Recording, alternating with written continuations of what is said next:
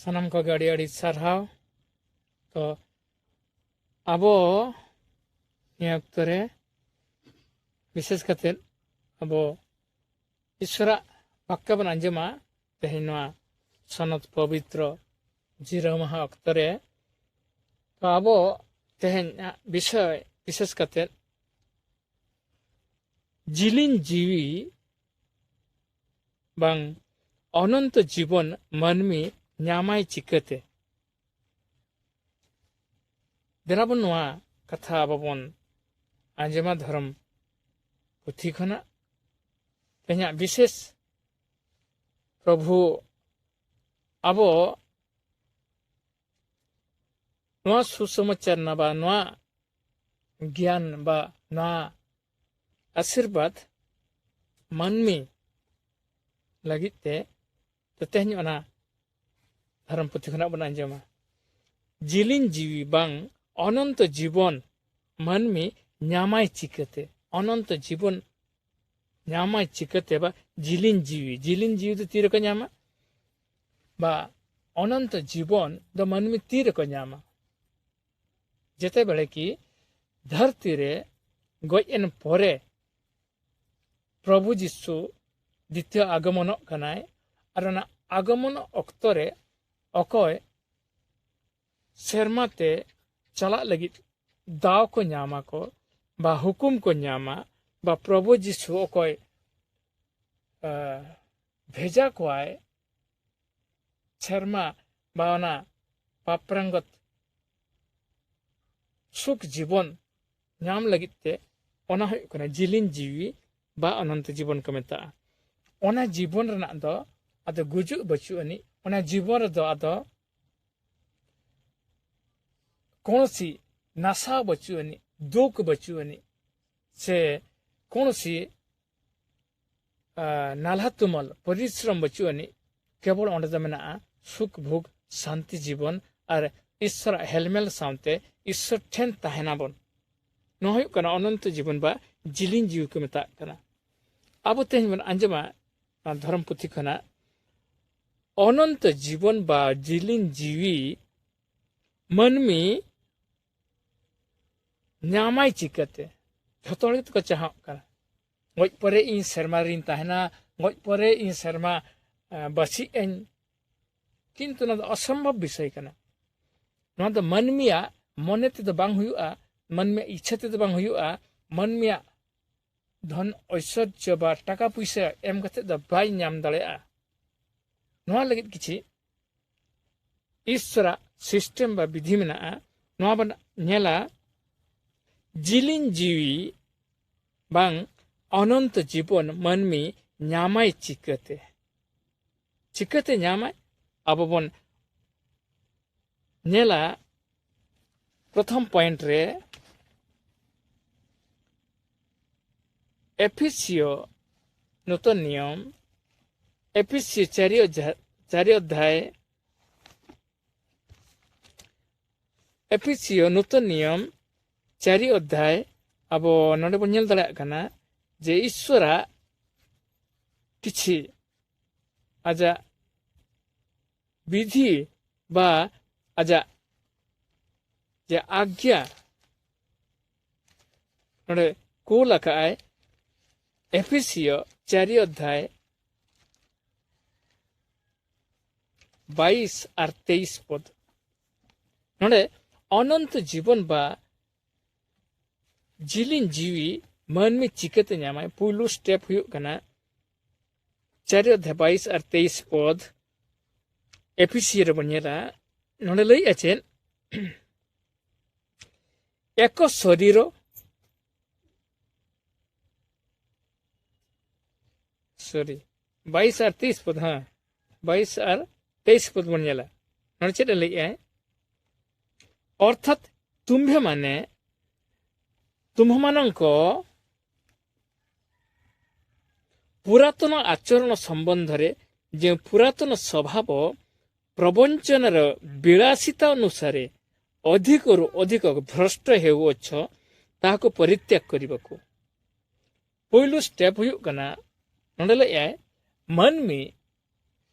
जिलिन जीवा अनंत जीवन नामना पुलु स्टेप हुई कांतेया परिवर्तन आए मन में जेते बड़े परिवर्तन आए अर्थात पुरातन स्वभाव धर्मना विधि स्वभाव बात काते जे मन में स्वभाव ना पारंपरिक बा हपड़ाम को स्वभाव बा और जहां स्वभाव ते मन में तड़ा में आए उन्हें स्वभाव टोटल बगी हुई तया अर्थात संपूर्ण ईश्वर धार्मिकता बा ईश्वर शास्त्र स्वभाव तड़ा में और नोड़े उना कथा लईया नोड़े चेरे लईया अर्थात तुम्हें माने तुम मानन को पुरातन आचरण संबंध जो पुरातन स्वभाव प्रवंचन विलासिता अनुसार अधिक अधिक भ्रष्ट होउछि पुरातन स्वभाव रे ओके ताहेना उन दो नष्ट कना पुरातन स्वभाव जेरकम अब कुमड़ो याबन कुमड़ो स्वभाव ओके बाय बागी दाड़ा कना उनी दो अनंत जीवन बा जिलिन जीव द बाय नाम दाड़ा ओका मिछ लई पहटा कना मिछ बाय बागी या बा मिछ उनी ठनकर बांग छड़ा कना तो उनी दो जिलिन जीव अनंत जीवन बाय नाम दाड़ा ओके मंद स्वभाव जे ओका की ईश्वर बारन आए उनका स्वभाव रे ताड़ा में जेरकम जे विभिन्न प्रकार अब गिद्रा खना जेरकम स्वभाव बन चेद अका ओना स्वभाव दो धार्मिकता दो बांग कना ओना स्वभाव दो अनंत जीवन बा जिलिन जीव दो बाय नाम दाड़ा उनी हर अब गिद्रा खना जहाँ किसी स्वभाव बन चेद ले थाना को दो न धरती ना स्वभाव हपड़ाम का स्वभाव पर विधि माने परंपरागत स्वभाव कना ओनार दो शास्त्र लेखा स्वभाव दो बांग कना बा पवित्र धार्मिकता स्वभाव दो बांग कना मन में जिलिन जीव बा अनंत जीवन दो बाय एम दाड़ा को तो ओना दित के नोना पुइलु रे लई आए एपिसियस सेरी अध्याय 22 और 23 पद रे जे स्वभाव पुइलु रे परिवर्तन हुई तबना पुराना स्वभाव बा मारे स्वभाव मारे आचार मारे गलमरा मारे लेकिन कल्चर अब खना उनुक काते नावा ओका की ईश्वर विधि लेकाते लई आ उनकन स्वभाव अब तैयार हुई तबना जिलिन जीवा अनंत जीवन नाम लगित खंद तो अब द्वितीय स्टेप बन नेलिया बा द्वितीय सिस्टम बन नेलिया अनंत जीवन बा जिलिन जीवी नाम रेना अकय हकदार कनाय बा अकय की हामेटी आय उनी अब बन नेलिया उनी ᱧᱩᱛᱩᱢ जीवन पुथिर बा ईश्वरा खाता रे ᱧᱩᱛᱩᱢ ताहन दरकार कान तया उनी की नाम दाड़ा जिलिन जीवा अनंत जीवन ईश्वर पुथि रे ईश्वर धर्म खाता रे ईश्वर धर्म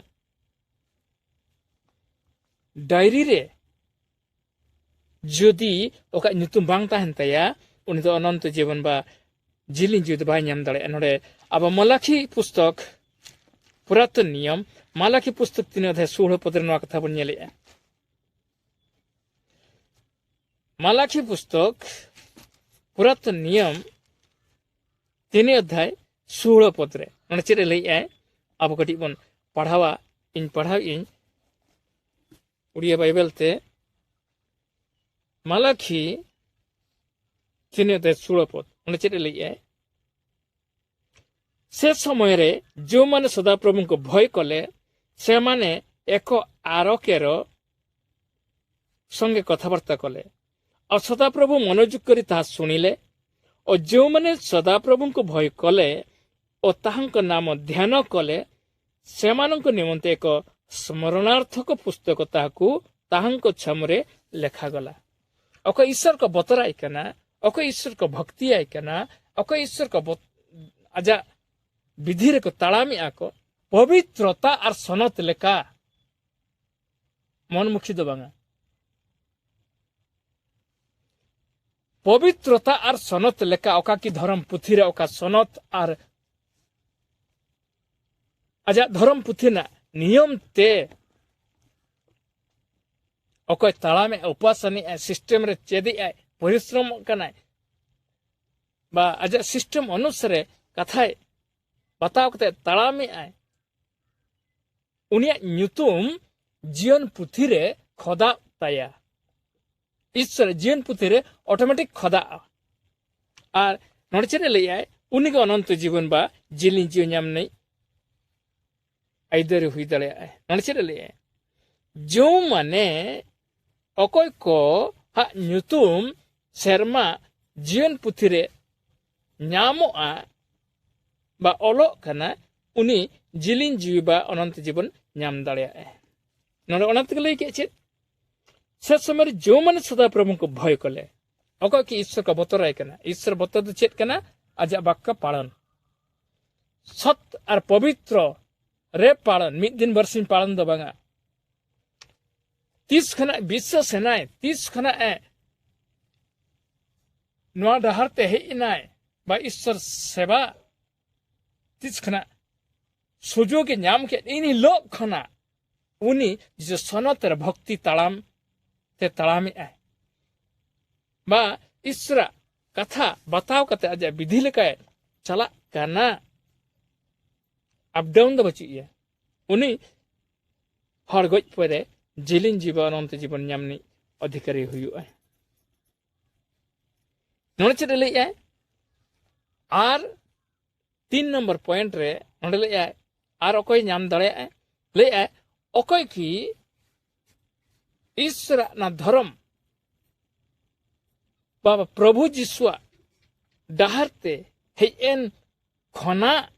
गुजु धाबी अकोय ईश्वर विधि लेकाते ईश्वर धार्मिकता वाक्य लेकाते ईश्वर नवा धर्म पुथिरना नियम लेकाते तालाम कते हिजु कनाय 30 खना तो आए नवा नियम नाम की आए 30 खना आए नवा विधि नाम की आए बा नवा डहारते हेनाय इन हिलो खना तो उनी हर दो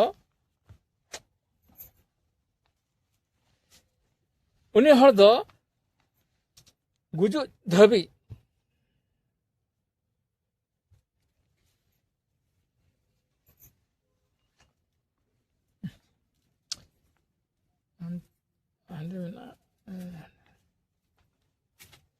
तो गुजु धाबी अकोय धर्म बा नवा नियम रे तालामी आए उनिया ᱧᱩᱛᱩᱢ तो चेद लैया उनिया जीवन रे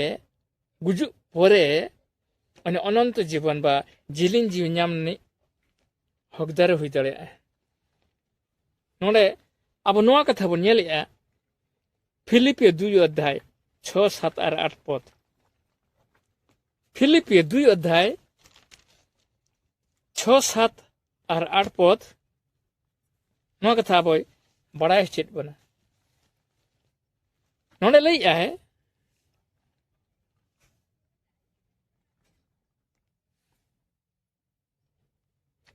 से ईश्वर रूपी हेले हैं से ईश्वर रूपी हेले हैं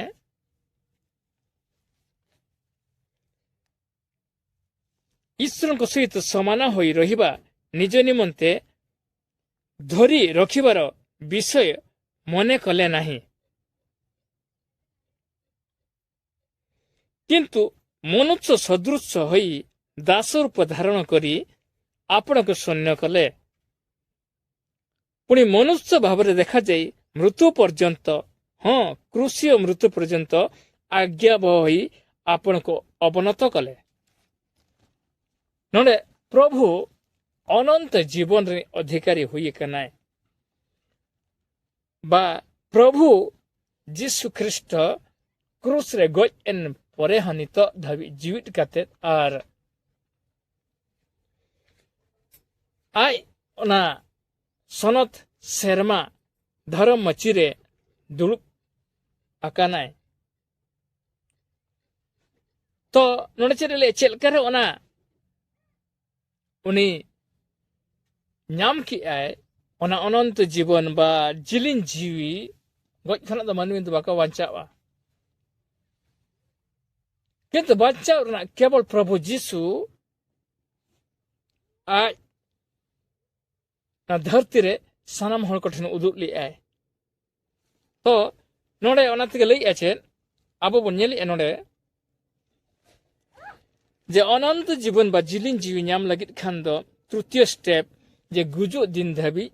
বা গুজুᱜ ধাবিᱡ ᱚᱠᱚᱭ ᱯᱳᱭᱞᱳ ᱟᱵᱚ ᱛᱤᱥ ᱠᱷᱚᱱᱟᱜ ᱯᱨᱚᱵᱷᱩ ᱡᱤᱥᱩ ᱵᱚᱱ ᱜᱨᱚᱦᱚᱱ ᱠᱮᱫᱮᱭᱟ ᱵᱟ ᱤᱥᱥᱚᱨᱟᱜ ᱰᱟᱦᱟᱨ ᱛᱮᱵᱚᱱ ᱦᱮᱡ ᱮᱱᱟ ᱤᱱ ᱦᱤᱞᱳᱜ ᱠᱷᱚᱱᱟᱜ ᱜᱩᱡᱩᱜ ᱫᱤᱱ ᱫᱷᱟᱹᱵᱤᱡ ᱚᱠᱚᱭ ᱫᱷᱚᱨᱚᱢ ᱱᱤᱭᱚᱢ ᱵᱤᱫᱷᱤ ᱥᱟᱥᱛᱨᱚ ᱞᱮᱠᱟᱱᱟᱜ ᱨᱮ ᱛᱟᱦᱮᱱᱟᱭ ᱟᱨ ᱩᱱᱤ ᱦᱚᱲ ᱜᱚᱡ ᱯᱚᱨᱮ ᱫᱚ ᱡᱤᱣᱤ ᱨᱟᱠᱟᱵ ᱮᱭᱟᱭ ᱯᱨᱚᱵᱷᱩ ᱡᱤᱥᱩ ᱚᱸᱰᱮ ᱞᱟᱹᱭᱟᱭ ᱩᱱᱤ ᱦᱚᱲ ᱚᱸᱰᱮ ᱫᱚ ᱧᱟᱢᱟᱭ ᱡᱤᱞᱤᱧ ᱡᱤᱣᱤ বা অনন্ত জীবন তেণু ᱟᱵᱚ ᱱᱚᱰᱮ ᱵᱚᱱ ᱧᱮᱞᱮᱜᱼᱟ ᱯᱮᱭᱟ ᱥᱴᱮᱯ ᱪᱟᱞᱟᱣᱮᱱᱟ ᱯᱩᱭᱞᱳ ᱥᱴᱮᱯ ᱪᱮᱫ ᱚᱠᱚᱭᱮ অনন্ত জীবন ᱧᱟᱢ ᱫᱟᱲᱮᱭᱟᱜᱼᱟᱭ ᱯᱩᱭᱞᱳ ᱨᱮ পুরাতন স্বভাব ᱫᱷᱟᱹᱨᱛᱤ ᱨᱮ ᱛᱟᱦᱮᱱ ᱛᱩᱞᱩᱡ ᱛᱮ ᱚᱠᱚᱭ ᱵᱟᱹᱜᱤ ᱠᱟᱛᱮ ᱱᱟᱣᱟ স্বভাব বা ধর্ম ᱨᱮᱱᱟᱜ ᱱᱤᱭᱚᱢ স্বভাব ᱛᱮ ᱛᱟᱲᱟᱢᱮᱜᱼᱟᱭ ᱵᱟᱭ ᱯᱟᱞᱚᱱᱮᱜᱼᱟ ᱟᱨ ᱯᱚᱵᱤᱛᱨᱚ ᱥᱚᱱᱚᱛ ᱢᱮᱱᱛᱮ ᱛᱟᱦᱮᱸ ᱠᱟᱛᱮ ᱤᱥᱥᱚᱨ ᱥᱟᱶᱛᱮ ᱛᱚ ᱟᱡᱟᱜ ᱠᱟᱹᱢᱤ ᱨᱮ ᱜᱚᱲᱚ ᱥᱚᱯᱚᱦᱚᱫ ᱟᱭ ᱠᱟᱱᱟᱭ 1-2 ᱨᱮ ᱚᱠᱚᱭᱟᱜ ᱧᱩᱛᱩᱢ ᱡᱤᱭᱚᱱ ᱯᱩᱛᱷᱤ ᱨᱮ ᱚᱞᱚᱜ ᱠᱟᱱ ᱛᱟᱭᱟ ᱠᱷᱚᱫᱟᱣ ᱠᱟᱱ ᱛᱟᱭᱟ ᱵᱟ ᱠᱷᱚᱫᱟᱣ ᱟᱠᱟᱱ ᱛᱟᱭᱟ তৃতীয় রে বা 3 নম্বর চেন গুজুᱜ দিন ধাবিᱡ অকয় ঈশ্বর আজ্ঞা সঠিক ভাবে বাতাও মানাও কাতে তাড়ামে আয় আর গজ এনায় উনি হর গুজুᱜ পরে অনন্ত জীবন বা জিলিন জীবন ᱧᱟᱢনি অধিকার ᱧᱟᱢ দাᱲᱮᱭᱟᱜᱼᱟᱭ তো নডে আর মিটা পদ বন ᱧᱮᱞᱟ তো অনন্ত জীবন ᱧᱟᱢ ᱨᱮᱱᱟᱜ চতুর্থ স্টেপ বা পুনিয়া স্টেপ বা 4 নম্বর স্টেপ রে নডে লইয়া ছে পবিত্রতা বা পবিত্র হুᱭᱩᱜ ᱞᱟᱹᱠᱛᱤ ᱠᱟᱱᱟ ᱢᱟᱹᱱᱢᱤ ᱱᱟ ᱫᱷᱟᱹᱨᱛᱤ ᱨᱮ পবিত্র হুᱭᱩᱜ ᱞᱟᱹᱠᱛᱤ ᱠᱟᱱᱟᱭ ᱩᱱᱤ ᱦᱚᱲ পবিত্রতা রে তাহাই কাতে গoj লেন খান দয় উনি হল গুজুᱜ পরে জিলিন জিᱣᱤ বা অনন্ত জীবন ᱧᱟᱢ ᱨᱮᱱᱟᱜ অধিকারী ᱧᱟᱢ ᱦᱩᱭ ᱫᱟᱲᱮᱭᱟᱜᱼᱟᱭ ᱛᱚ ᱱᱚᱰᱮ ᱟᱵᱚ ᱵᱚᱱ ᱧᱮᱞᱮᱜᱼᱟ ᱱᱚᱣᱟ ᱠᱟᱛᱷᱟ প্রথম পিতর 1 অধ্যায় 15 আর 16 পদ প্রথম পিতর নতুন নিয়ম 1 অধ্যায় 15 আর 16 পদ নডে লই আছে মাত্র ତୁମମାନଙ୍କର ଆହ୍ୱାନକର୍ତ୍ତା ଯେପରି ପବିତ୍ର ତୁମ୍ଭେମାନେ ମଧ୍ୟ ଆଜ୍ଞାବହ ସନ୍ତାନମାନଙ୍କ ପରି ସମସ୍ତ ଆଚରଣରେ ସେପରି ପବିତ୍ର ହୁଅ କାରଣ ଲେଖା ଅଛି ତୁମେମାନେ ପବିତ୍ର ହୁଅ କାରଣ ଆମ୍ଭେ ପବିତ୍ର ଅନନ୍ତ ଜୀବନ বা গজ পরে অকয় অমর বরই ᱧᱟᱢᱟ অমর জীবনী ᱧᱟᱢᱟᱭ উনি ᱫᱚ ᱫᱷᱟᱹᱨᱛᱤ ᱨᱮ ᱛᱟᱦᱮᱱ ᱚᱠᱛᱚ ᱨᱮ পবিত্র হুᱭᱩᱜ দরকার কান তাই বা পবিত্র হুই লেনায় পবিত্র তাহেন তুলুইতে পবিত্র হুই কাতে গুজুᱜ দিন ধাবি তাহেন লেনায় যেইক্রি উনি হর গজ পরে অনন্ত জীবন বা জিলিন জিউ ᱧᱟᱢনি অধিকার হুই দাড়ᱮᱭᱟᱜᱼᱟᱭ 4 নম্বর ᱨᱮᱵᱚᱱ ᱧᱮᱞ ᱠᱮᱫᱟ ᱟᱨᱦᱚᱸ ᱱᱚᱣᱟ পবিত্র বিষয় ᱟᱵᱚ ᱵᱚᱱ পবিত্রᱼᱟ ᱪᱮᱫᱟᱜ ᱵᱟᱝ ᱱᱚᱰᱮ ᱞᱟᱹᱭᱟᱭ ᱪᱮᱫ ईश्वर खुद ले आए आपे पवित्र पे चेदा बांगमा इन दो पवित्र गियन इन पवित्र कनई तेनु आबो नडे बन नेलेआ ईश्वर खुद पवित्र तो ईश्वर सला अकय ताहन हुयु ते उन दो पवित्र हुयु दरकार कानते तो पवित्र चिकते बन हुयुआ चेद बन ᱧᱩᱣᱟᱱ खान चेद बन अजुआन खान चेद बन हरक लेखान नोआ का विषय दाराय कान दिन रे इन आर मिटंग तो प्रचार माध्यम रे उल्लेखन जे पवित्र आबन चिकते मानवी चिकते का पवित्र आ पवित्र ना जिनिस तो चेट करा मेनते तो तेहेन अब निया कथा बन बड़ाय तियु कामा जे पवित्र लेना जे क्री जहां धरती रे मनमी उनी ईश्वर पवित्र ईश्वर सलाए उनिया सगई व संपर्क ताहन तया आर उनी ओकरा ताहन कनाय मनमी पवित्र जीवन ताहन कते खंडाव कते आई गoj लेनाय तायम पवित्र सनत ईश्वर शर्मा दिसम ताहन लगी बा अनंत जीवन जिलिन जीव नाम नहीं सुजोग नाम दड़िया तो नोडे आबो बन नोआ पवित्र कथा आबो बन नेल दड़िया लेबियो 20 अध्याय 7 पद लेबियो 19 अध्याय 2 पद लेबियो पुस्तक पुरातन नियम 11 अध्याय 44 पद नोडे ईश्वर बारंबार लय काय ले हे इंजिन भक्त को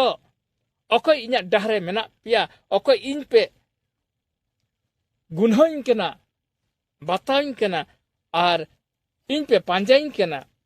इन जेमन पवित्र हल कने आपे हनका के पवित्र पे आर आपे हपे पवित्र न जेकरी इन सल आपे सगई जोड़ा बा इन आपे ईश्वर हुआ आर आपे इन गिद्र पे हुआ तेणु पवित्र हुयु दरकार लेबिया पुस्तक अब कटी नेला पुरातन नियम लेबिया पुस्तक नडे खदाव कना बा ओला कना ईश्वर अड़ी अड़ी न धर्म पुथरे ओला काय जे पवित्र पुइलु मन में पवित्र लेना जेकरी पवित्र शर्मा दिसमते उनिया आलांग सेटर तया आर तो बांखान अडिगान हड़माक तको होहय आको अडिगान दुख रे विपद रे आजार रे चलन रे समस्या रे को होहय आको ईश्वर को होय करा किंतु जतो आलांग दो शर्मार द बांग सेटरवा ओको की पवित्र बांग कनाय पवित्र जीवन बांग कानतया पवित्र नियम धर्म रे बचुइया उनिया कथा दो शर्मा रे दो बांग सेटरवा आर ईश्वर ठेन दो बांग तकीजुआ तो ओना दियते के नोडे बारंबार लई आय जे पवित्र हुयु दरकार आर पवित्र लेना जेकरी मन मिना धरती रे आर इन पवित्र हल कनाई इन सला ने सगई जोड़ा आबो बन नेला लेबिया पुस्तक 20 अध्याय 7 पद पुरातन नियम लेबिया पुस्तक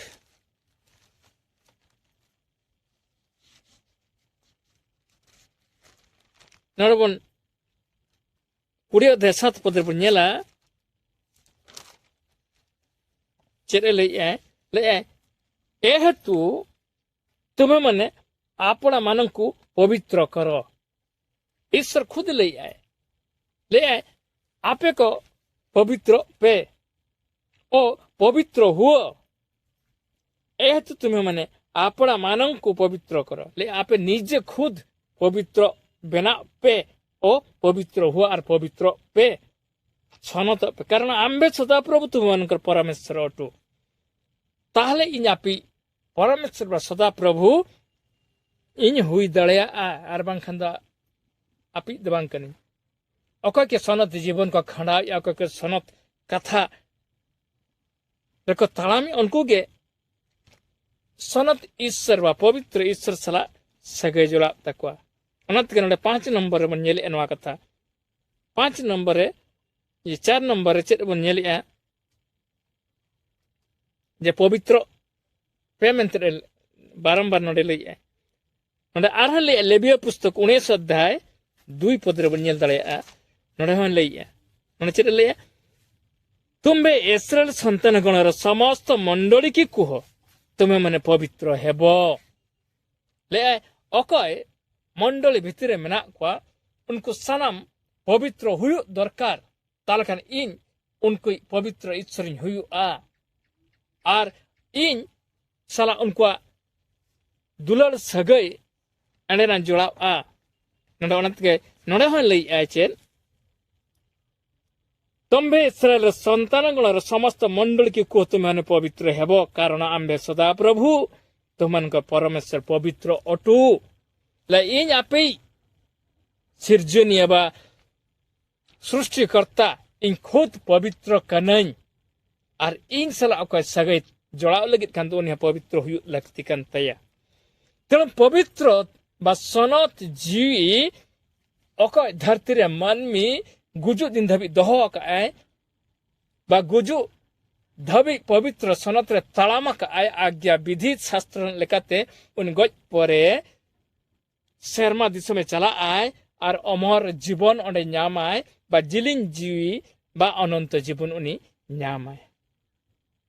और नोंडे लई आए लेबियो 11:44 पद रे हूं नोआ कथा के लई आए जे सनत पे मेनते पुइलु सनत दरकार तेणु चेदा ईश्वर खुद सनती कनाय तो नोंडे आबो जदि मिन हो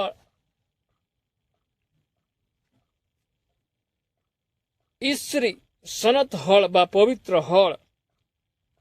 हुयु ना लगती कान गिया चेदा नोंडे लई एचेन जे पवित्र बेगर बा सनत बेगर ईश्वर सला दो कोया हां सगय बा उपकार बा आशीर्वाद दो बांग को नाम दड़िया और गज परे हां जिलिन जीवी दो बाको नाम दड़िया तो नोंडे लेबियो 11:44 पद बुन नेला नोंडे नोआ कथा के लई पवित्र हुयु लगती कान तपिया नोंडे चेदा लई कारण आमे सदा प्रभु तुमन को परमेश्वर अटू एहेतु तुम मैंने आपण मान को पवित्र कर और तुम मैंने पवित्र हुओ जेहेतु आम्भे पवित्र तुम्हें मैंने भूमि रे गमन कर कौन सी उरगामी जीव द्वारा आपण को असुचि करिब नाही ले असुचि बा अपवित्र आलाप हुयु ताले इन सला पे कौन से सगै बांता हन तपिया तेणु नले इन पवित्र आपे पवित्र पे बड़े और पवित्र जीवन लगती कना जे अमर बरबा अनंत जीवन बा जिलिन जीव नाम लगित खान दो नोडे आबो बन नेलिया तो हो ईश्वर बन सेवा लेखन ईश्वर बन साराव लेखन ईश्वर विधि वाक्य धर्म पुथि बन पढ़ाव लेखन बन सनत बन नाम दले धार्मिकता बन नाम दले बा जिलिन जीवन नाम दले प्रभु जीशु चिदा बन ग्रहणीय बा प्रभु जीशु डाहर तही कते अनंत जीवन बन नाम दड़िया कि से बांगा ओंडे आबो बन नेला पुइलु रे कलसियो 2:9 और 10 पद आबो तेहन चिंता बा मिटंग आबोना जीवन रे मानवीय जीवन में ईश्वर सरा लेखन सनतोआ ईश्वर सेवा लेखन उनिया कथा बता लेखन ठीक गया किंतु जीसु ख्रिस्ट ग्रहण करते दो चेन नामोआ बा जीसु ख्रिस्ट ग्रहण लेखन की अनंत जीवन नामोआ खाली ईश्वर साराते तो बांचामोआ ईश्वर उपासना लेखन ईश्वर धर्म पुथि पालन लेखन की अनंत जीवन तो बांचामोआ जदि ओने नामोआ ताले जीसु ख्रिस्ट तेहेज केते दो अनंत जीवन नामो आसे बांगा तो नले अब नवा कथा बन नेला कलसियो नूतन नियम कलसियो पुस्तक अब ठीक बुटे बन बड़ा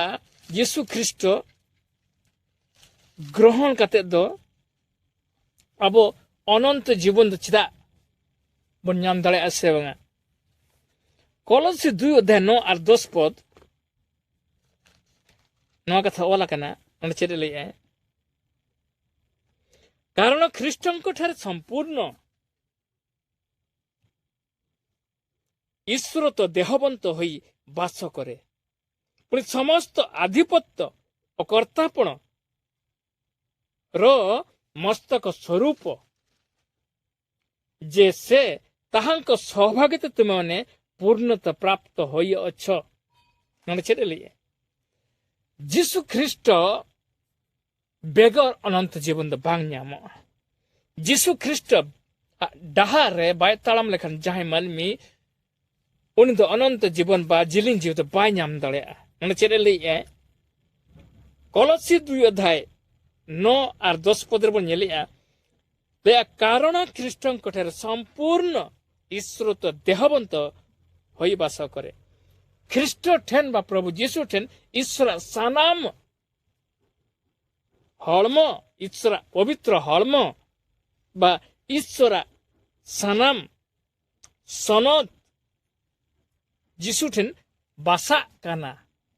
बा बासा हाकाना बा बासा ताहेन काना 9 पदरे ले 10 पदरे चेरे ले पुणी समस्त आधिपत्य और कर्तापणर मस्तक स्वरूप झत किछि नहीं मालिक का नाय प्रभु जीशु ख्रीष्ट ताहांक सहभागिता तुमने पूर्णता प्राप्त होई अच्छ उनिया पूर्णता बा उनिया दया बा उनिया सनत उनिया धार्मिकता उनिया नियम विधि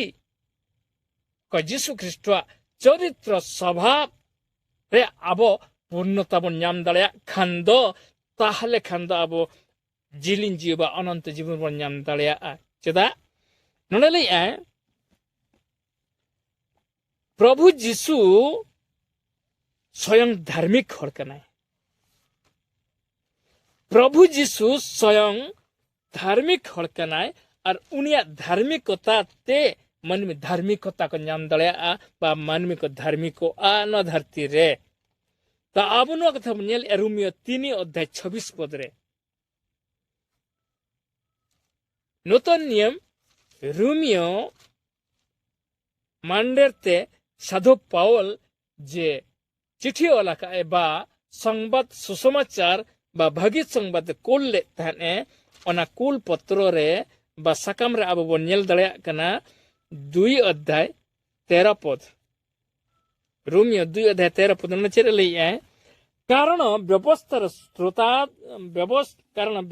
श्रोता माने ईश्वर को साक्षात धार्मिक नुहंती किंतु व्यवस्था पालनकारी माने धार्मिक गणित हेबे नोने 6 पॉइंट रे चेर पर नेलिया मन में धार्मिक लेना जेकरी धरती जीवन रे उन धार्मिकता हासिल लेना जेकरी धार्मिकता ईश्वर विधि लेकाते धार्मिकता लेखा लेना जेकरी मन में हिसाब ते दबांगा मन में हिसाब ते दो अकय सेना सेना लुगड़ी भागवाया अकय विभिन्न प्रकार साज साज हरक काय उन धार्मिक दबा के लेया धार्मिक दो उनी हर कनाय अकय की ईश्वर विधि बा ईश्वर शास्त्र लेकाय उदु एकना उनके धार्मिक हुयु आय किंतु ओना दो शास्त्र खना हुयुआ मन में बुझाव लेकाते मन में चिंता लेकाते मन में देखाव लेकाते दो बांगा आजा जीवन चरित्र धर्म शास्त्र सला मेसा कांताय मा जेमन मेसा कांताय जेमन ताले उनी हल धार्मिक दय धर्म पुथि दय उदु एगाया नोंडे ओना तके नोंडे ले अब कोलोसियो ये सॉरी रोमियो 3 अध्याय 26 पद रे नेली अतएव जदि सॉरी रोमियो पुस्तक 3 अध्याय 26 पद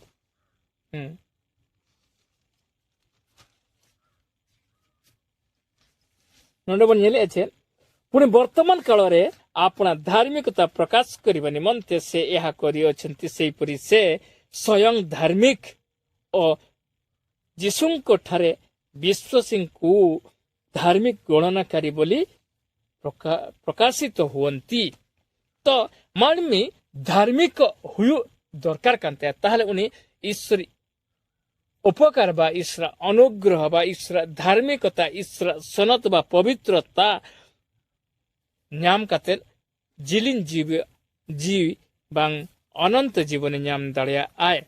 किंतु मन में अब चिकत बन धार्मिको चेलकर बन धार्मिको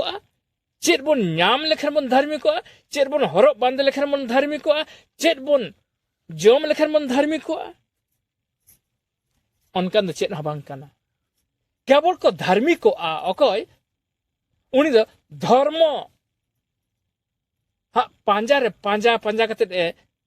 धर्म न अका पांजा काना ओना पांजा ते तलाम लेना जेकरी ने धार्मिको आय बा धार्मिक हल कनाय अकय धर्म पुथी अकय उदु कना धार्मिक हल कनाय अकय उनिया अरिचली बा उनिया स्वभाव चरित्र उनिया कष्ट परिश्रम उनिया स्वभाव चरित्र साउते तालाम लेना जेख्री उन्हें धार्मिक हुई दड़े आए किंतु नोड़े चेद ले आए धार्मिक दो केवल प्रभु जीसु ख्रिस्ट करे आद धार्मिक दो धरती दो अकोय हमको ताहे कना बा अकोय हमको हुई दड़े आ किंतु जीसु बेगर मानवी दो धार्मिकता बाई हुई दड़े आ और धार्मिकता बेगर जिलिन जीवा अनंत जीवन दो बाको नाम दड़े आ मानवी दो तेणु तेहेन आबो बन नेलिया धार्मिक हुयु दरकार कना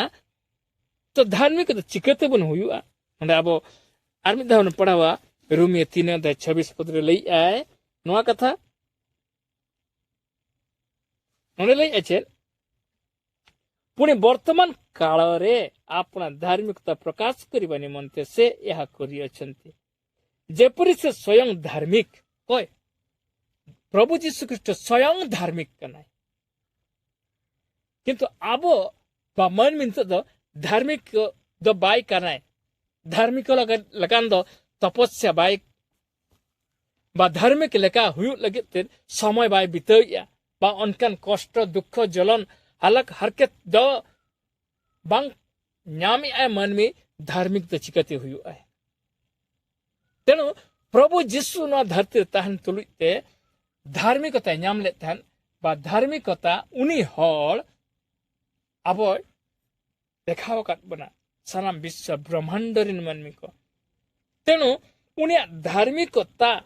तेबन तलाम लेना जेक्री अब मन धार्मिको आ आर बांखान नोचेरे लइए प्रभु जीशु बन ग्रहण लेखान मानमी धार्मिको आय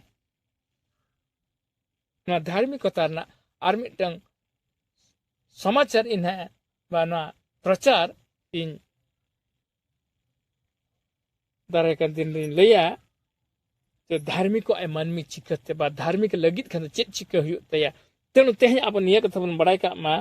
स्वयं धार्मिक कना प्रभु जीशु और जीशु को ठर विश्वास को धार्मिक गणना करी बोली प्रकाशित होंत नले चले लिया ओके जीशु ठन को विश्वास कना उनको धार्मिक को लेखा कना बा उनको धार्मिक को लेखा आ किंतु नोडा निया कथा तदा आलाबन भावता मा आबो जदि चो प्रभु जीशु जहां को हेना को मिद दिन गिरजेते मिद दिन को प्रार्थना को मेसायना मिद दिन पर्वरे को सेलेदेना उनको तो धार्मिक को हुयो बांगा ताला के तो आलमा विश्वास कते गेसले हे एकना ना पर्वरे मा विश्वास कते गेसना पर्वले मनाव लगे हे एकना जे धार्मिक दबाला हुयो किंतु नोड शास्त्र चेत लई आय कर तीन पद रे बन चला कना 1 2 3 4 5 6 7 टी स्टेप रे बन अंजम एना बाक्को बा 7 टी धारा रे बन अंजम ए बा 7 टी अब पॉइंट बन अंजम ए जे धार्मिक लेनाय मनमी ना धरती रे गुजु दिन धबी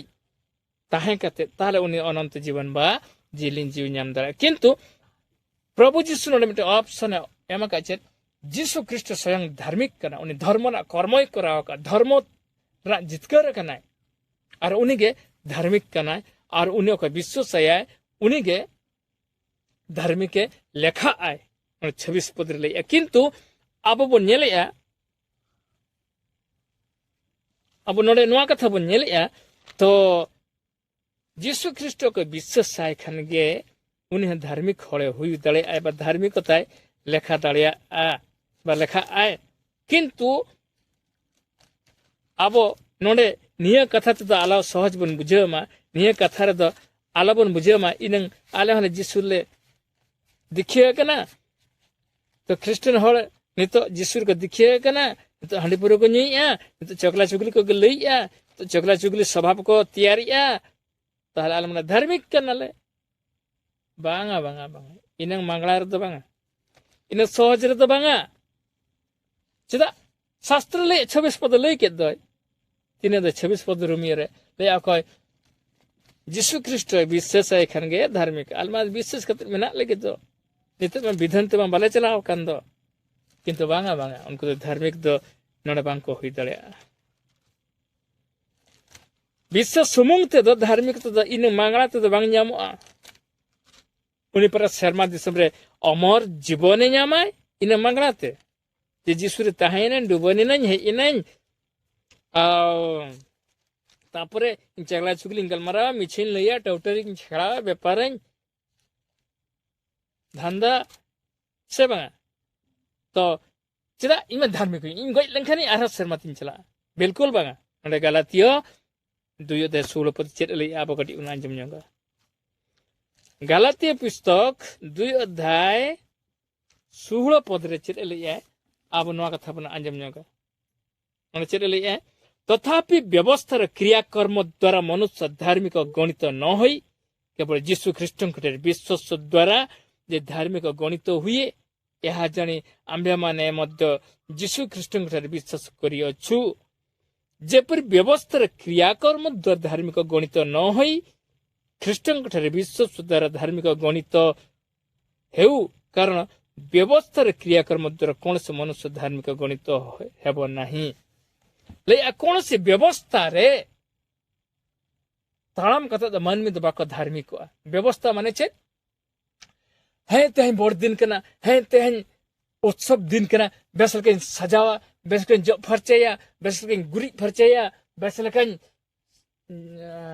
सफा सफिया बेसल के डेकोरेशना नो मिटन कर्म कना व्यवस्था कर्म से बांगा ओना तके मन में धार्मिक को हुयो की बिल्कुल बांगा ओना तके धार्मिक हुई लेना खानमा ताले सरमार अमर जीवन उनी नाम दड़े मिद दिन है इना जब फरचा की आए कुकर की आए गुरी की आए सफा सफी की आए चेयर टेबल मंडल सफा सफी की आए ताहले उनी धार्मिक हुई है बांगा धर्म कर्मय करा किंतु इन हिलोगा पुरस्कार उनी नामा निश्चय चेदा ईश्वर ले काए अकय कष्ट कना उन द अथड़ी दो बांग कना ओको कष्ट कना उनिया परिश्रम ना पावना मेना तया मानमी बाको एमाय रसुदे इजिन एमाया ना पावना दो आजा शास्त्र लेका तो ना तिके नोडे ले ओको मिद दिन हेइ ना है तेहदे इन नोडे ना जते सब अनुष्ठान जतके सब टेंट खर्च जतके माइक खर्च जतके जहा खर्च जतके जमा खर्च से बांगा इन एमोन जमन धार्मिक मा किंतु बांगा बिल्कुल बांगा एमो आको हर को नका को एमो कना को किंतु उनको इन हिलोगा पुरस्कार को ᱧᱟᱢᱮᱜᱼᱟ इन हिलोगा सुस्थता आरोग्यता इन हिलोगा अनुग्रह को ᱧᱟᱢᱮᱜᱼᱟ किंतु धार्मिक दो बाको ᱧामेआ धार्मिकता दो बाको ᱧामेआ धार्मिकता माने हुयु कना चेद ओका धार्मिकता ᱧाम बाको धार्मिक कनाय उन दो जिलिन जीवा अनंत जीवन ᱧाम हकदार कनाय किंतु नोडे बाक्को चेद लेया अब ईश्वर कथा चेद बन बुझाइया अब नोडे ले गलाते 2:16 में धन नेला तथापि व्यवस्थार क्रियाकर्म द्वारा मनुष्य धार्मिक गणित न होई केवल जीशु ख्रीष्टଙ୍କ विश्वास द्वारा जे धार्मिक गणित हुए यह जानी आंबा माने मध्य जीशु ख्रीष्टଙ୍କ विश्वास करूछु सेबं ते जीशु तो कहिजु आय उनी धार्मिकता ᱧामा बा धार्मिक आय नवा कथा बड़ा कथा अब हम हेइ इकरा अडिगन ख्रिस्टान नवा कथा बड़ा कथा हेइ इकरा जे इन गुजु पोरे ह जेमन अमर जीवन ᱧामा अमर बरन ᱧामा अनंत जीवन ᱧामा सेबं ओना दिए तके हेइ इनाय हे पास्टर गंके दे इन दिखे ᱧामा दिखे हतावा इन अडिगन विश्वास कदे जीशु किंतु विश्वास कदे जाहेन के खाली मोचाते ले इन अडिगन विश्वास कदे अडिगन बतावा कदे अडिगन मनाव कदे दे दिखे मन मनते दिखे हताव के ठीक किया उनिला पाड़क बा पास्टर चेद ले दे तेन खना नवा जीवन परिवर्तन जीवन रे तलाम में ओका की धर्म लेकाय ले हूं सर हां सर ले के चलाय ना दिखे हताव के उन्हें पॉलिटिक्स कते रही लेना आजा मने रे मिटे चिंता धारा मिटे कमी हासिल लगी इन चला कना इन दो किंतु प्रकृति भक्त लगी ते बांगा मना बताव लगी ते बांगा प्रकृति मिटे फायदा हासिल लगी इन चला कना चे फायदा इन जते जीसु ख्रिस्ट धार्मिक कना उनी जते विश्वास आय खन उनी जते दीक्षा कते ग्रहण लेखान दो ताहले गुजो पर अमर जीवन ᱧामा किंतु शास्त्र चेद ले नडे नन चेद ले नंकन हर हेइ कते को दिखे को हता याको जेमन आशीर्वाद को कुमड़ी लगित को ना अमर वरदान को कुमड़ू लगित को किंतु बिल्कुल बाको कुमड़ू दड़िया तेणु उनको हड़ हज कते को दीक्षा को हत्या क्रिश्चियन को बनाव कना को अमर जीवन को नाम लगित तको धार्मिकता को नाम लगित तको हुयुग कना किंतु किछि दिन पर नेलक कना को मंडली हिजु हिलो दो बाय नुइया बा मंडली हिलो दो साफा साफी के तहन कना बा मंडली हिजु हिलो दो मिछ कथा बाय लइया चलाव कते आदो मिछ कथा है लइया छलना है लइया और धार्मिकता हर रे हय तालामे चला कना आर ओका ईश्वर बारणे ओना को हम व्यवहार तापर लइया इन धार्मिक कने इन गय लेकिन आर शर्मा तीन चला बिल्कुल ना मिटंग भ्रष्ट कना को नंकन बुझाव तराइते नंकन आको कथा को बड़ाई जंकन दराइते मंदो कथा ईश्वर हा विधि बेगर कथा आको आको तको बुझाव जंकन तेको भ्रष्ट कना को ना दो को बड़ाई आको तको मेन आले दो गय लेकिन आर ले जीवित रकब आले शर्मा रे अमर जीवन ले न्यामा किंतु बांगा नडे धार्मिक हुयु दोकर धार्मिक तो नंकन प्रभु जीशु हुई कना आर प्रभु जीशु लिया जे व्यवस्था रे कमी काते दो कोनोसी धार्मिक दो मनमित बाको हुई दड़िया जेरकम किछि जिहुदी हल चेत कन चिकया पालक बा जाजक चेत को चिकया उनको छता को बेरे आको तुपु फरचा आको अमर धूप धुणो को लगावा ओका धूप धुणो को लगावना जिनिस को अरु फरचाया बेसल को गितिल फरचाया ओका जायगा करे 3 घड़ी तहन कथा उन घड़ी को तहना को किंतु माना दबाक माना और विश्वास दबाक विश्वास और पालन हवा को पालन किंतु बेटा विधि जेरकम अडिगन हल बोंगा ठेंग चला हनना को सफाया हनना को जतनया धूप धुण को लगाव किया फलमूल को गेट किया बा विभिन्न प्रकार जे मन में रीति बुद्धि ते जहाँ किछि ज्ञान ते जहाँ किछि धर्म तुम रे कर्म आको ओना को दो धार्मिक तो बांको हुई दड़े उनको हर दो बा धार्मिकता दो बाको नाम दड़े धार्मिकता दो उनको को नामा ओको जीसु ख्रिस्ट को विश्वास है कना और उन्हें पांजा ते को तालामे और उन्हें कथा ते को गुजो दिन धबी को तहन कना को तो जीसु ख्रिस्ट के स्वयं धार्मिक कना नोडे बनेल के दिया किंतु मन में धार्मिक दबाई हुई दड़े किंतु जीसु ख्रिस्ट को धार्मिक कना उन्हें रीति नीति आचार बा आज्ञा आदेश अनुमति को तालामा को गुजो दिन धबी उनको को धार्मिक को हुई दड़े किंतु अब नोडे बनेलिया 16 पद बनेल के चेत तथापि व्यवस्था क्रियाकर्म द्वारा मनुष्य धार्मिक गणित हई केवल जीशु ख्रीष्ट विश्वास द्वारा से धार्मिक गणित हुए यह जानी आम मध्य जीशु ख्रीष्ट विश्वास करियछु जेपरी व्यवस्था क्रियाकर्म द्वारा धार्मिक गणित न हई ख्रीष्ट विश्वास द्वारा धार्मिक गणित हेउ कारण व्यवस्था क्रियाकर्म द्वारा कौन मनुष्य धार्मिक गणित हेब नहीं कौन कमी नाला तुमलते दो मन में तो धार्मिक बाको हुई तड़े ओको इन जेरकम तेन ईश्वर इन कमी कना ईश्वर इन कमी कना खाली चेन ईश्वर बाके प्रचारा ईश्वर नितुम रे हर को सेवा को ईश्वर नितुम रे हॉस्पिटल खुलवा बा स्कूलिंग खुलवा बा ना चेक को लिया को विभिन्न कम अनुष्ठान खुलवा किंतु ईश्वर सत्य तो बन बतावा ईश्वर नियम विधि तो बन उपासना तो बन तहना तो उन्हें धार्मिक बाई हुई तड़े नोड़े चेक लिया व्यवस्था रेना बा धर्म ना कर्म बा व्यवस्था ना कर्म जे मेमिट हण चेक चिके हिजु आको चेक हमागा तू फचना को जीसु फोटो बा मरियम फोटो को दोहा के को धूप को लगाव के को गण के को जोहार के को बस चलाना नौकन व्यवस्था ना कर्म द्वारा मन में तो धार्मिक बाको हुई दड़े और धार्मिकता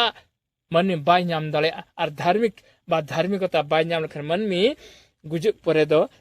ᱡᱤᱞᱤᱧ ᱡᱤᱣᱤ ᱵᱟ ᱚᱱᱚᱱᱛᱚ ᱡᱤᱵᱚᱱ ᱫᱚ ᱟᱞᱚ ᱟᱥᱟᱜ ᱢᱟ ᱤᱱᱟᱹ ᱛᱟᱭᱚᱢ ᱟᱵᱚ ᱵᱚᱱ ᱧᱮᱞᱮᱫ ᱱᱚᱰᱮ ᱪᱮᱫ ᱟᱵᱚ ᱱᱤᱭᱟᱹ ᱛᱟᱭᱚᱢ ᱱᱚᱰᱮ ᱵᱚᱱ ᱫᱚᱥᱟᱨ ᱯᱚᱫ ᱵᱚᱱ ᱧᱮᱞᱟ ᱵᱤᱥᱥᱟᱥ ᱫᱟᱨᱟᱭ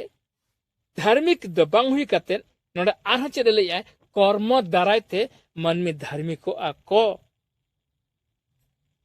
ᱟᱵᱚ ᱱᱚᱰᱮ ᱵᱚᱱ ᱧᱮᱞᱟ ᱨᱳᱢᱤᱭᱳ পুরাতন নিয়ম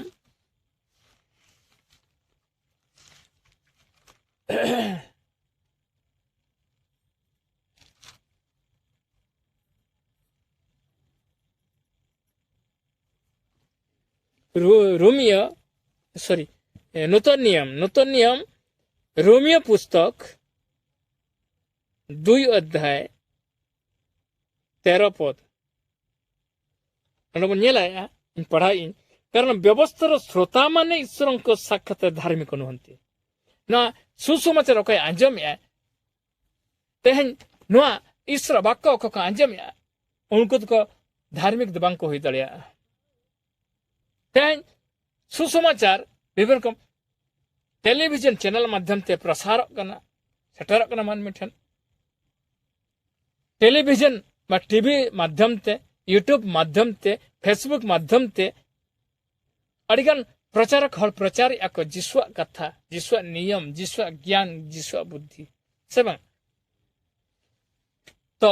उनको कि नवा को अंजम लेखन खुलावन खान को अंजम लेखन को धार्मिक को हुयो आकी बिल्कुल बाको हुयो चेत को चिकिया चेत चिकर के धार्मिक कथा को उनको बाको अंजम गेदो नवा मा शास्त्र ना कथा कान गेदो अंजम गेदो को किंतु अंजम सुमुंग ते दो धार्मिक दबा को हुआ कर्म करा हुआ ओना मोबाइल रे सिंग सिंगल नेल लेखन धर्म ना प्रचार बा धर्म ना सेरेन धर्म ना एने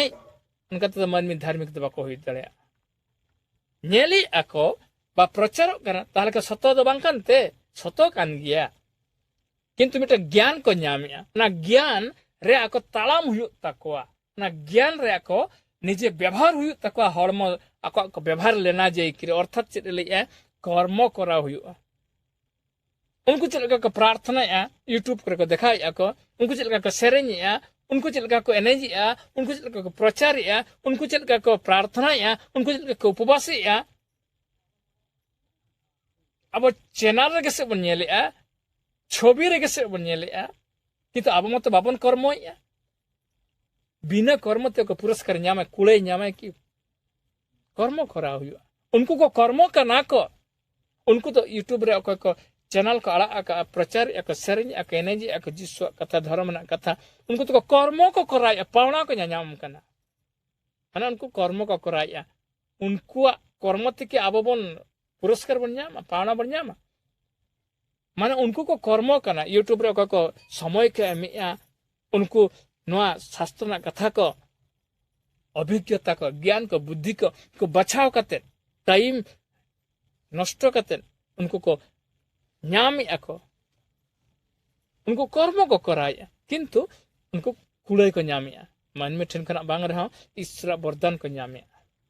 तेणु अब यूट्यूब रे नेल समंग ते धार्मिक बाबन हुआ बा आशीर्वाद कुड़ाई दे बाबन ᱧᱟᱢ दाड़िया अब कर्म करा हुई तबना चेद कान को चेद आबन कना उनका अब खुद कमी करा हुई तबना तेन नोने चेद ले अब रोमियो 2 अध्याय 13 पद रे नेली आछेन कारण व्यवस्थार श्रोता माने ईश्वर को साक्षात धार्मिक नुहंती तेज अब न जे प्रचार बन अंजमेआ अब यूट्यूब रे फेसबुक रे टेलीविजन रे विभिन्न प्रकार धार्मिकता चैनल करे बन नेलिआ प्रचार बन अंजमेआ बा प्रवचन बन अंजमेआ ना अंजम समुंग ते दो मानमी दो धार्मिक दबा को हुई तड़िया से बा तेज सेना सेना धार्मिक सभा रे अडिगान हर को हिजो को ए चलो बन अंजम लेखन तो धर्म ना कथा बेसो आशीर्वाद बन ᱧᱟᱢᱟ बिल्कुल बांगा रमज बुझा किंतु ज्ञान बढ़ायो किंतु आशीर्वाद दो बांग हिजुआ आशीर्वाद बाबन ᱧᱟᱢ दाड़िया बा धार्मिकता बाबन ᱧᱟᱢ दाड़िया नोने चेद लैया कारण व्यवस्थार श्रोता माने ईश्वर को सखते धार्मिक नुहति किंतु व्यवस्था पालनकारी माने धार्मिक गणित हेबे जे व्यवस्था का पालन उनके धार्मिक हुआ नियम न व्यवस्था न धर्म ना कथा का पालन उनके धार्मिक हुआ किंतु आंजम सुमुंग ते दो बांगा आंजमान हर को दो बांग को धार्मिक हुई दड़िया ते उनको तो जिलिन जीवा अनंत जीवन दो बांग को ᱧᱟᱢ दड़िया तेहन इने तायम बन नेला अबो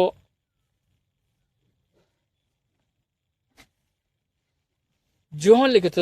सुसमाचार 14:6 धार्मिक बा सनद बा ईश्वरा सर्मादिस चला आबोन चिकते अखय इदी बनाय अखय टिकट मेना उन्हीं के चलाव दड़े से बंगा अब मा धार्मिक बांग कना बोन जीसु लेका मा इनंग धरती रे इनंग कष्ट दुख हलाक हरकेत क्रूस रे मा बाबन गय कना से बंगा तेनु नोडे उन्हीं के केवल धार्मिक कनाय और अनंत के जोहन लिखित सुसमाचार अब 14:6 पद बन नेला बेटे तो हर तो दरकार बेटे इदी हर तो दरकार मितंग डाहार तो दरकार अखन ओका लेका बन चला तेन नोडे जोहन लिखित सुसमाचार 14:6 पद बन नेला नोडे चेदे लई जीसु तांकु कहले मु पथ सत्य और जीवन मो देई न गले केही पितांक निकट को जाए नाही नोडले इन कनिन उनी इन कनिन डाहार इन कनिन सत्य इन कनिन जीवन इन दाराय तो अकोय बाय चला उनी शर्मा ईश्वर बाबा ठेंद बाय सेटर दड़या नोडले चेद लेके अलमि देवना जमा जीसु तांकु कहले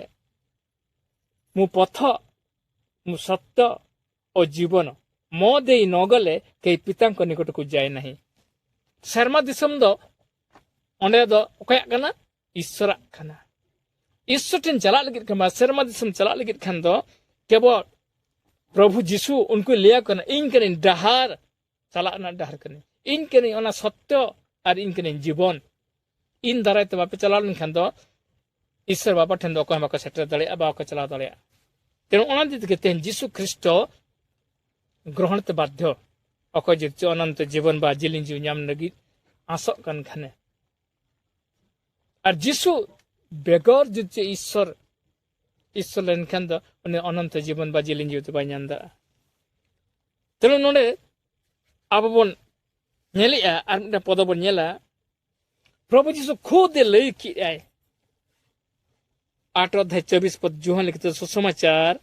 8:24 पद ओक बांग बड़ाय हल को ओंडे लिया को कनाय चेद लिया को कनाय तेणु तुमे माने जे अपना अपना पाप रे मरिबो ले आपे को दो आपे निजे निजरा पाप रे पे गुजु आय चलन पे ᱧामा मु तुमन को इहा कहली इन आपे को नवा कथन लिया पे कना नवा ज्ञानी लिया पे कना नवा सुसमाचारी लिया पे कना ना भागी संवादी लिया पे कना ना भागी बुद्धि उदु आपे कना चे तो तुम्हें माने जे अपना अपना पाप रे मरिबो आपिया पाप रे पे गुजुआ मु तुमन को इहा कहली इन आपे लिया पे कना चेदा चेदा पे गुजुआ कारण मु जे सही व्यक्ति यह तुमन विश्वास न कले अपना अपना पाप रे मरिबो इन कने उनी हर इन जदि च बापे पतियवन खान दो ताले आपे आपिया पाप रे पे गुजु आपे सेबं जीसु दरायते बांग खान दो शर्मा दिसनो कमा चला जीसु दरायते बांग खान दो पाप क्षमा दो बका ᱧाम दड़या नने चेदले इन कने उनी हर इन बापे पतियव इन खान चेज केना किंतु पाप क्षमा दो बापे ᱧामा इन जे बापे पतियव नि रे हां आपे दो मुक्ति धार्मिकता और शर्मा अनंत जीवन बापे ᱧाम दड़या तेणु इन आपी लिया पे कना चेद ओने लई इन आपी लिया पे कना चेद इन कने उनी हर इन कने उनी हर ओकय हर इन गे ओने अनंत जीवन एमोगी कने इन गे अनंत जीवन ᱧाम रा दिसम ती दीपिया तेणु इन जुदी ओके बाय विश्वासन्या उनी दो धार्मिक बा सनत बा ईश्वरा शर्मा दिसम अनंत जीवन बा जिलिन जीव दो बाय नाम दड़िया तेनु नोडे अब अनंत जीवन बा जिलिन जीव नाम लगित खान दो जोहन लिखित सुसमाचार 3 अध्याय 15 और 16 पद बन नेला जोहन लिखित सुसमाचार 3 अध्याय 15 और 16 पद बन नेला उन चेत लइया जे अनंत जीवन बा जिलिन जीव नाम लगित खान दो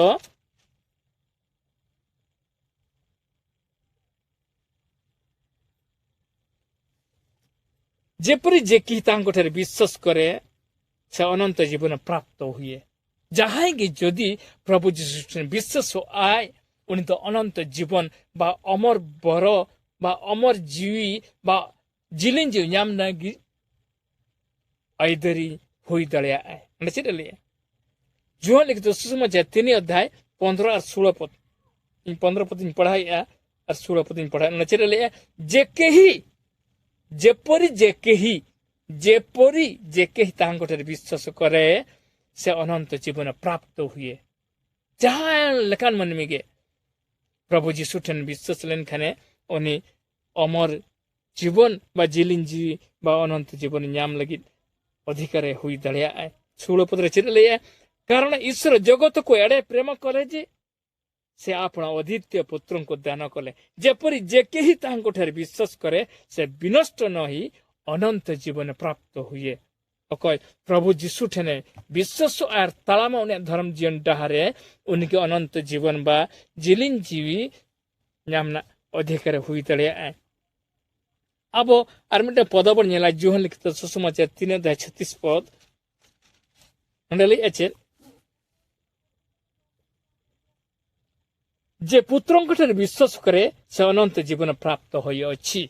अकय हपन ठेने विश्वास कनाय अर्थात ईश्वर हपन प्रभु जीशु ठेने कय विश्वास कनाय उनी अनंत जीवन ना दावे नाम दड़िया आए बा अधिकार नाम दड़िया आए किंतु अकय प्रभु जीशु ठेने विश्वास करते हंडिनिए अकय प्रभु जीशु ठेने विश्वास करते कुमड़ुई बा चुगुल बुगुल कथा रोलाय बा कुमड़ुई आए बेभिचाराय हड़े गज कोय उनी की क्रिस्टियन कान दो नॉन क्रिस्टियन तमा बन चला विधन तमा बेजति मत तमा बन चला कान दो इमा जे सुरगे मेनिया अगर क्रिस्टियन मेना को से उनको क्रिस्टियन को लेया को आले हले धार्मिक कना आले गय लेखन जीव आले शर्मा दिसम से चला दला आको से बांगा बाको चला दा बिल्कुल बा नडले एचे पोइलु रे बनेल के जेरकम स्वभाव बेचाल के तक तेनु नडे आबो बन नेलिया जोहन लिखित सुसमाचार 3 अध्याय 36 पद रे बन नेलिया जे पुत्रंक ठेर विश्वास करे से अनंत जीवन प्राप्त होई अछि मात्र जे पुत्रंक अमान्य करे से जीवन देखिबो नाही किंतु से ईश्वर को क्रोधर पात्र होई रही थाय ले अकय जीशु बाय पतियो कर जीशु बाय ग्रहण कर जीशु कथरे बचुया बा जीशु बाय ग्रहण करते उनी अनंत जीवन बायान दड़िया किंतु उनी द अकय जीशु अमान्य कना घृणा कना उनी दो केवल दंड नामा केवल उनी दो ईश्वर विरुद्ध करी कनाय बा विद्रोही मेंते लेखाते उनी ले ईश्वर क्रोधरनी हड़े हुआ तो नोडे अब बन नेलिया नवा को विषय दराते अब अनंत जीवन तेहन चिकते बन नामा बा चेल करे बन नामा बा अकय एमा बना मेंते अब बन ठीक है के तेहन सनम को गे नवा बाक्को अब तेहन बन प्रभु जीशु दयाते जे अब नाम के अब अनंत जीवन चिकते बन नामा मेंते जिलिन जीवी बा अमर जीवन मन में चिकते को नामा मेंते जेरकम जीशु प्रभु जीशु ख्रिस्ट तेहन गयना आर जीव न उनका के मन में होते हैं जीशु को विश्वास करना को जीशु ख्रिस्ट को ग्रहण करते का सनत जीवन धार्मिक जीवन बा अजा विधि वाक्य अनुसार का तला में आको उनको हम गय करे को जीव रकब आर जीशु प्रभु जीशु ठेन शर्मा दिसम को सुख भूख बा निरय और अमर जीवन को न्यामा जहाँ की ओका जीवन को न्यामा ना दो स्वर्गदूत मेंतर को हुआ तेहन धरती मन में अब तेहन सनत जीवन जीशु ख्रिस्ट रही बन पवित्र धर्म रबन ताहे बन गुजु दिन बन गुजु सनत आजा नियम नीति चरित्र स्वभाव रे बन ताहें कते ताहले आबो हो गज परे प्रभु जीशु आगमन अक्तरे इदी बनाय आर आबो उनका गे प्रभु जीशु आ शर्मा दिसम रे अब स्वर्ग दूत कते बन ताहेना नवा होय कना अनंत जीवन बा अमर जीवन ना कुड़े अब धरती रे तेहन धर्म रे ताहें कते अडिगान लांछना अडिगान कसन अडिगान कष्ट भितिर ओके तलामी आ सनद जीवन इदी कते बा धार्मिक जीवन इदी कते ईश्वर विधि लेकाते उनी नवा हालक हरकत दो ओने बांग ताहेन तया दो ओना बदलते कुड़े का ते निरय जीवन बा शांति अनंत बा जिलिन जीवी ओना जीवन दा गुजु तीसरा बचुआनी बा तीसरा बांग हुई दड़िया तेणु मन में उन जखत दो गज परे जीव तायमते उनको तो स्वर्गरिन दूत लेका को ताहेना तो सनाम को गे अंजम के बना बाक को आर ओना लगिते अड़ी अड़ी प्रभु जीशु हो सारा और धन्यवाद बन चलाया आर दिला बन तिंगुना निया अक्तरे आबो प्रभु ना सुंदर समय एमाका बना लगे धन्यवाद और कृतज्ञता बन चलाया प्रभु जीशु ख्रिस्ट तुमरे आमेन।